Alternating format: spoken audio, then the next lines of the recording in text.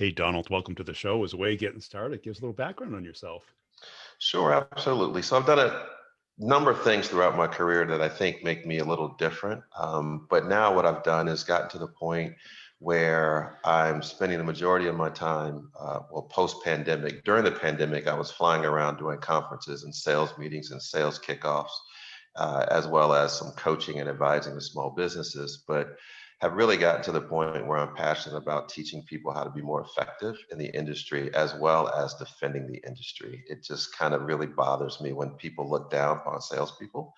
And I think some of that's just because they get exposed to sales folks that aren't really good, really easy. Yeah. So then you develop this opinion, even to the point where you'll have salespeople trying to sell you things, talking about I'm not a salesperson, and that just kind of bothers me. So for the most part, I spent a large amount of my time doing consulting. Started out with Anderson and Price Waterhouse, then moved more into the business operations role, and then ultimately, then next kind of the business development role. Done a lot of selling with startups as well as medium to large size companies. So have done a number of things, but now really passionate about helping and really providing ways and tools for sales professionals and organizations to be more effective with developing revenue. And what was it like going from consulting to sales? So I kind of had an easier bridge in the sense that I went from consulting, which could be a large number of things, right? I was kind of a systems integrator and then did some change management with Price Waterhouse, and then went to an operations role. But I went to an operations role, and you may know the company based upon where you are with, it's called Iridium, which was a satellite provider, Yeah. which was like an $8 billion startup. Um, so I went from there to, okay, well, this startup didn't really work. And then a friend talked me into doing a really highly profile startup in Austin, Texas. And I moved and took a business development role, and then had a number of business development product marketing roles. And then ultimately was at a startup where I didn't think our salespeople, the folks that actually carried the bag, were really good. And I thought that was part of the reason for our demise. So I said, you know what, let me transition. And then that way I felt I'd have a greater impact on the success of the company. So literally left the business development product marketing role to more of a regional sales manager. Let's go carry a number. Let's really make a difference type role. And then did that for 15 years. And what did you see them doing wrong or not good? Well, when I think back on it, there's probably a number of things. They were industry experts in this one particular company. And so the idea of selling, they thought as long as they were knowledgeable about the product and the industry, everything else would take care of itself. So some of the issue now was more of a brand identity, really company thing versus their skill set, I think. The company just, yeah, it looked promising, but at the end of the day, we did some things wrong, and you can't really go 9 months in the wrong direction and then expect to really bounce Pivot. back quickly. Like you run out of money. So it was probably a combination of things. And now I've seen so many salespeople since then. It's like I had to think about it when you asked that question, but yeah, it's And interesting. when you got into leadership, what did you want to fix? What did you want to do right? There, my view on this has kind of changed over the years. But one of the things, though, that I think is really important when you think about it from a sales leadership perspective is I think there's too much genericized training / preparation for those individuals that you want to go out and be successful selling. I'll never forget this analogy I heard, which I think is so true. I heard it a long time ago, and it's about the fish versus the water. I'm not a pet owner. I don't have an aquarium. But I know that if you go out to a really good pet store and you buy a tank, a Yeah. really nice tank, they won't sell you fish at the same time. But what you can do is you can go buy the tank, and then you can go to another pet store, buy some fish. You can go home, put water in the tank, put fish in the water, and then chances are next day the fish will be floating on top of the water. Right. So then it becomes, what was the issue? Was it the fish or was it the water? So when we talk about sales leadership, I've been in so many organizations where the turnover was just outrageous. And then the question is, was it really we just kept hiring the wrong people? So they were only lasting 4 to 6 months, or was the environment not really set up and structured in a way such these people can be successful? And even if you think you were just hiring the wrong people, well, then you should stop hiring people, right? That shouldn't be part of your job. But that typically wasn't the issue. It was more along the lines of, we haven't really created this in a way such that these individuals can be successful, or at least that a number of them can be successful. I love that analogy. It's so weird that I actually had a friend come back to me and said, you know what? My sister found that to be true. I was like, Well, as a kid, I owned an aquarium. yeah, I mean, you have to treat the water, right? That's the issue. You have to treat the water. You have to You have prepare to for the fish. yeah, you have to acclimate the water, the temperature, the filter, the stones that go in it, it's an ecosystem. No, absolutely. And I spent a large number of years, probably 6 or 7, as an angel investor. And it was funny to me how they came up with the revenue projection number. And it was so spreadsheet based. It's right. Okay, we're going to do 28 million. Well, how are you going to do 28 million? Well, we're going to hire 14 salespeople and give them $2 million quota. Well, where does that 14 come? And there was nothing else done or said to really prepare Yeah. for those individuals to be successful, nor was the brand all that successful. It's like, no, you have an idea that you think is really, really interesting. What are you going to do to ensure that prospects think it's equally as interesting and equally as valuable? Well, we're gonna, and it's amazing to me how much of a disconnect there is with organizations like that. And the strategy is nothing more than spreadsheet based. It's like, okay, well, if I put a rep in Texas, Oklahoma, Louisiana, and Arkansas and just give them a number, then that'll solve my problem. And I can't tell you how many times over the years, and I don't really entertain these conversations now, but they'd be like, okay, well, Texas is a really big state. We've not made any progress. We want you to come in and, okay, well, the number you want from me is 2 to 4 million. Like, how much was the number? How much was the revenue last year? Well, it was 0. Okay, so how are we going from 0 to, well, we're going to hire you and that's it. Okay, so Right. we have no name recognition, no date. Like, we're not even prospecting properly. So there's a lot of interesting things that I kind of see in the industry. But yeah, I'm still passionate about it because at the end of the day, selling is all about getting someone to act in a way that's desirable to you, right? So everything is selling. Some people just have it as a profession, and other people have to use the skill set. So what's really interesting is I pre-pandemic, I was speaking primarily in 3 areas. One was sales and marketing, but the other was professional development and then leadership. And the underlying theme was really all about maximizing your influence. So whether you're trying to sell yourself in terms of getting a promotion, whether you're trying to sell an idea to peers, or whether you're trying to sell a product to prospects, the underlying themes and how you deliver a value prop are really, really the same, Yeah. right? I mean, even outside of business, because if you're building relationships, okay, well, the themes are the same socially, right? When you ask someone to marry you, you are trying to sell them on the idea that they need to spend the rest of their life with you. Right? So if you Well, don't think you're for some using of us, selling, it's easier than others. only did it once and maybe I got lucky. But there's so many analogous things, right? Even from a timing perspective, even if you're with the right person, when you ask has a lot to do with the response that you get. So if I'd asked my wife 6 days after knowing her, she probably would have thought I was crazy. Crazy. Yeah. So, like I said, timing and how you deliver your value prop, I think is pretty important, and that's another reason I defend the profession, right? I just like, really, as I said before, I can't stand when people are like, yeah, well, I'm not a salesperson, and they'll actually be in charge of sales. Well, yeah, but this is both sides because, when I look at it more like when you act like a salesperson, you're going to get treated like a salesperson. But Well, what do you mean by act like a salesperson? talk too much, talk about you, talk See, about I think that's a bad salesperson it is. because so when I used to talk. So when I was really in the midst and on the street and doing really, really well, I was very much clear that it's like, I think I have a solution that can help you. Yes. Let's figure out if it can. And if it does, great. If it doesn't, let me go talk to someone else. Like, I, it's my job to not waste your time, because wasting your time means I'm wasting my time. I'm Yeah. trying to make this connection. I think I have something you need.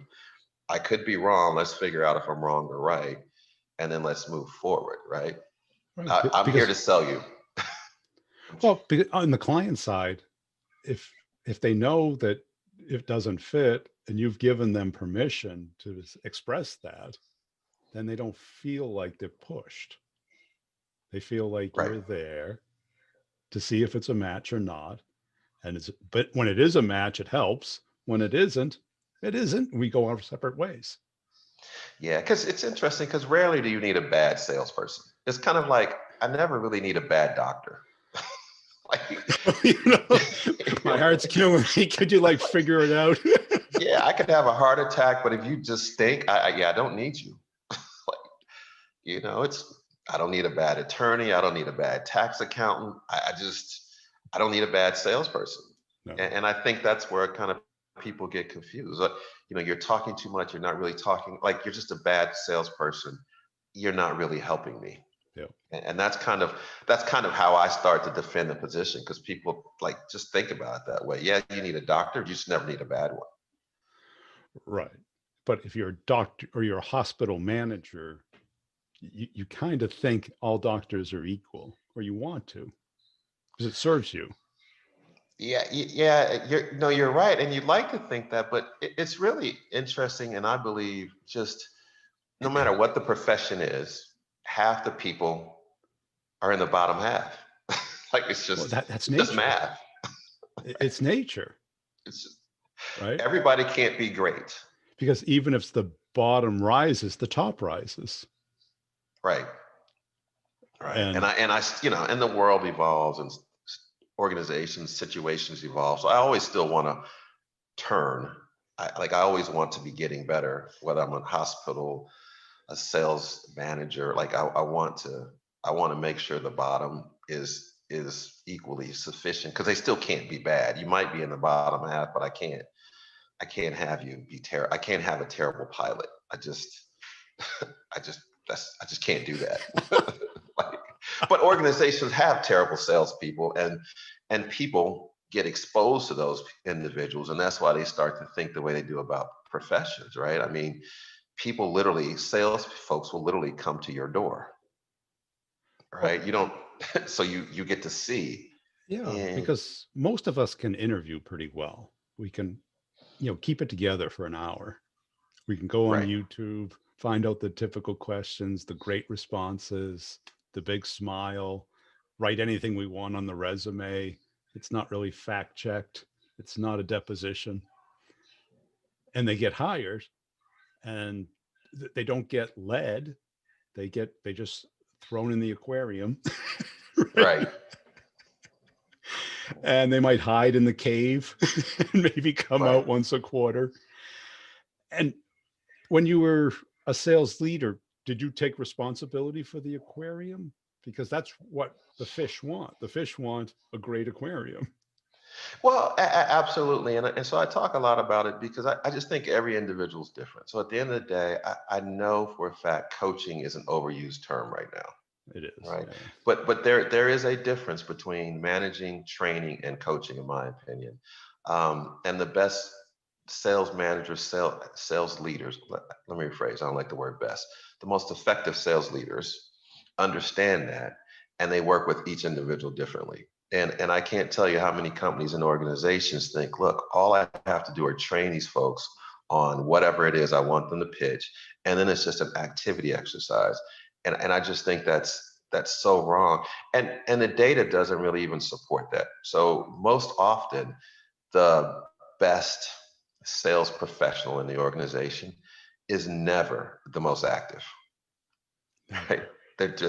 And I think the difference is, and in my opinion, I tell folks all the time, I think the difference between, let's just say, a good sales professional and the best sales professional in that same organization is that the best professional is better at understanding who he or she should spend their time with. Right? I'm not. Which is judgment. Yeah, it's judgment. Some of it's prospecting. I have this when I'm talking to organizations. I came up with this concept called the 90-75-50 rule, and it literally is it's just a prospecting tool, and it forces folks to write down. Okay, we're going to have a category. There's three different categories, and I want you to write down the criteria such that if you find a prospect that meets that criteria, 90% of the time they're going to purchase from you. Right. And then do the same thing with 75 and 50, because what you'll find is most of the time we're talking to people that would be in like the 5% category or less. Right.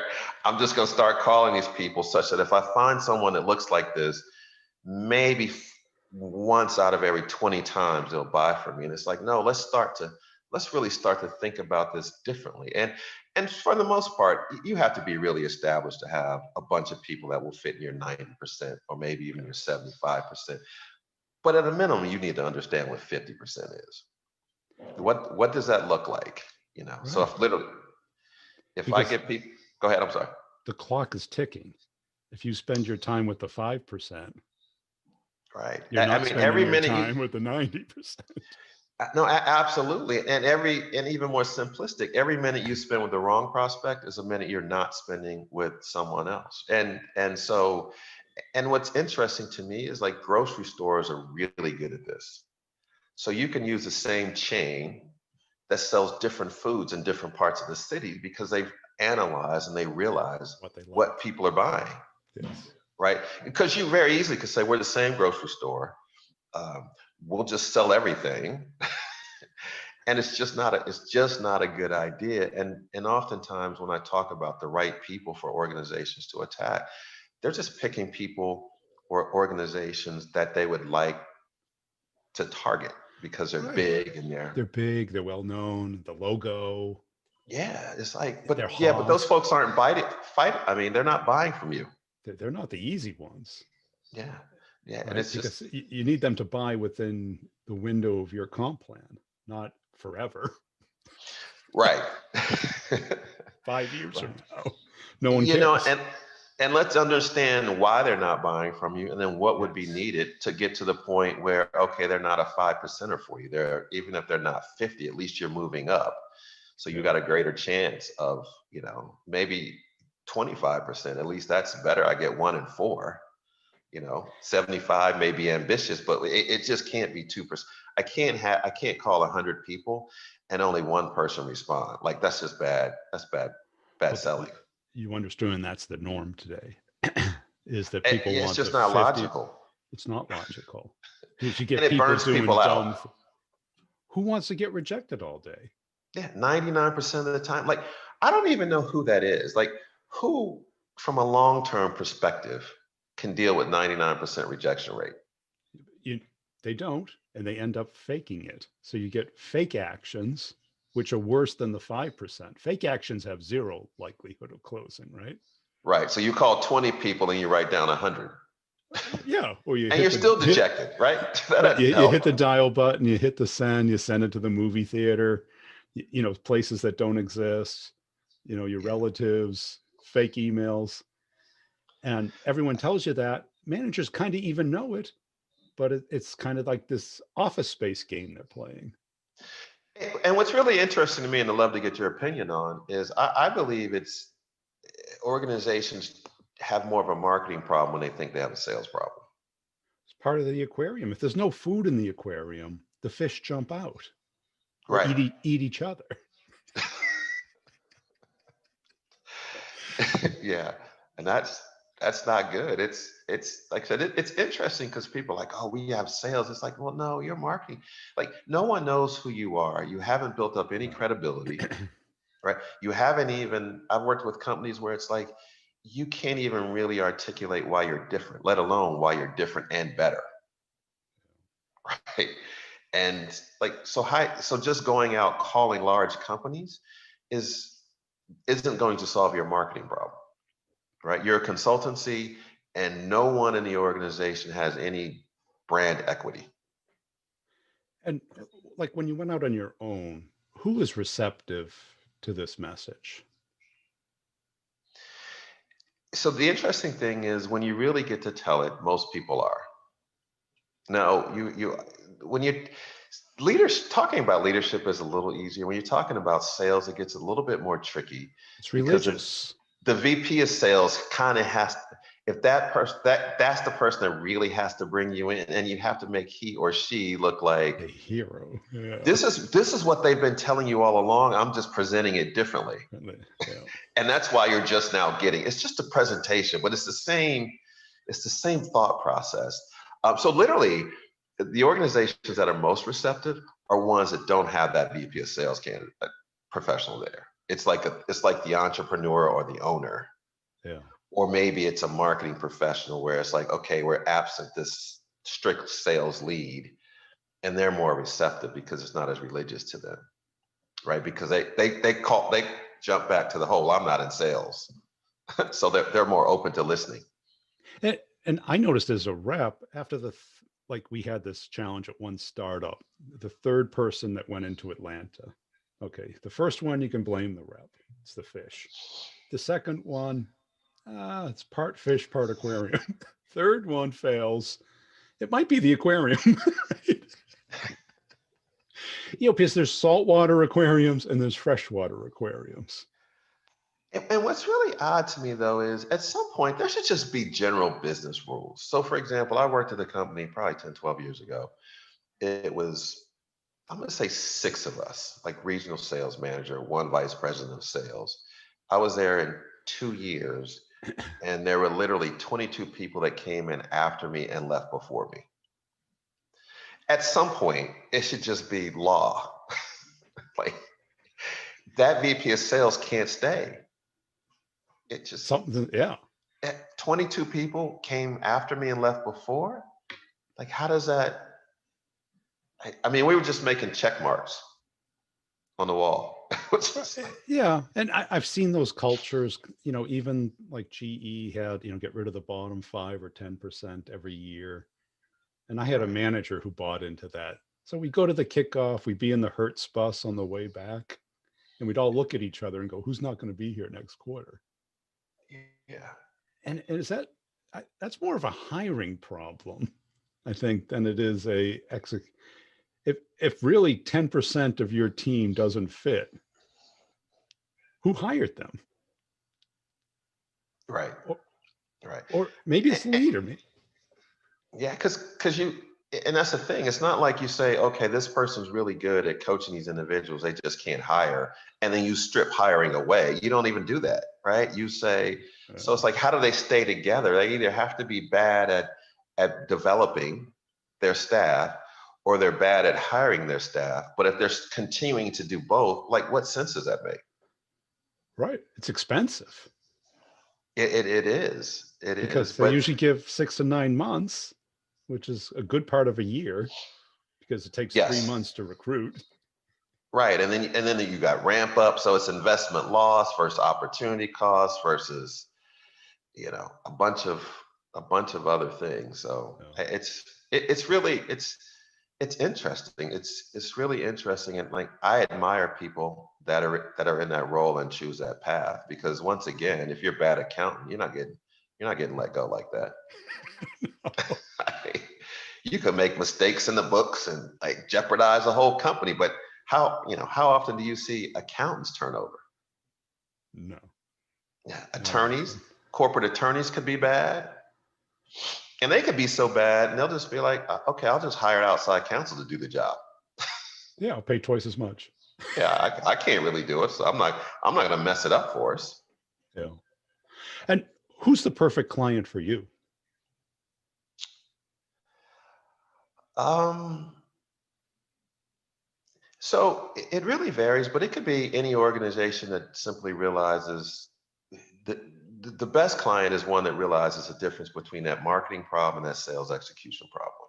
Okay. Because if you're hired to help them solve one and they have the other, it doesn't work as well, right? And almost all companies, organizations think they're further along in their marketing than they really are, because I think the difference, its most simplistic viewpoint is if you are talking to people that aren't buying, you're marketing, right? You're not selling. So if you're really generating leads and passing them over to sales individuals, and those folks are buying from other people, that's a sales problem to me.